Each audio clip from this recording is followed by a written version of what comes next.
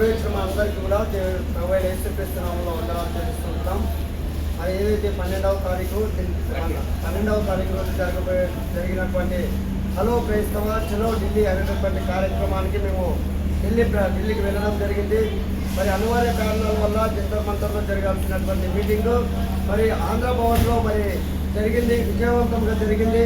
అక్కడ ఉన్నటువంటి అధికారులను గుండెల్లో ఒక గుబులు పుట్టించామని అనుకుంటున్నాము. ఎందుకంటే మరి జంతర్ మంతర్లో మరి మేము నెల ముందే పర్మిషన్ తీసుకున్నప్పటికీ కూడా మరి వాళ్ళు 48 అవర్స్లో ఇవ్వాల్సినటువంటి వాళ్ళు పర్మిషన్ ఇస్తామని మేము ఎంతో ఉత్సాహంగా వెళ్ళినప్పటికీ కూడా మమ్మల్ని వాళ్ళు పర్మిషన్ ఇవ్వకుండా మాకు ఆటంకంగా ఇబ్బంది కలిగించినప్పటికీ కూడా మరి ఢిల్లీ ఆంధ్రభవన్లో మేము విజయవంతంగా మరి ఆంధ్ర తెలంగాణ 2 రాష్ట్రాల్లో నుంచి కూడా మేము ఆ యొక్క ప్రోగ్రామ్ని విజయవంతంగా కంప్లీట్ చేసుకున్నాము. అందరి బట్టి దేవుడిని ఎంతగానో స్తుతిస్తుంటున్నాం. మరి యొక్క సమయంలో మరి ఆయా జిల్లాల్లో ఆయా ప్రాంతాల్లో వచ్చినటువంటి ప్రతి ఒక్కరికి కూడా ప్రత్యేక వందనాలు తెలుస్తున్నాం. ఈ యొక్క సభ వేదికగా ఇప్పుడు మేము ఒక విషయాన్ని మేము తెలియజేస్తున్నాం ప్రభుత్వానికి.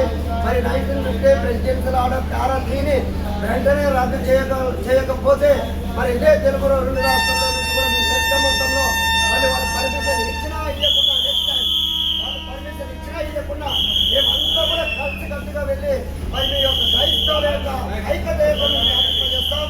మరి అందరి బట్టి మా క్రైస్తవ సహోదరులు మీరందరూ కూడా భయపడకండి, నిరుత్సాహపడకండి. మనం అందరం కూడా విజయం సాధించబోతున్నాం.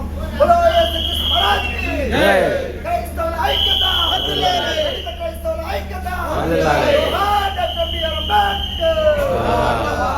ఇంకో విషయము, అందరూ ఇక్కడ వచ్చిన వాళ్ళందరూ సంతోషంగా వస్తా ఉన్నారు.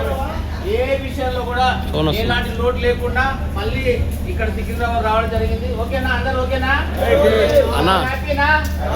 హల్లెలూయా.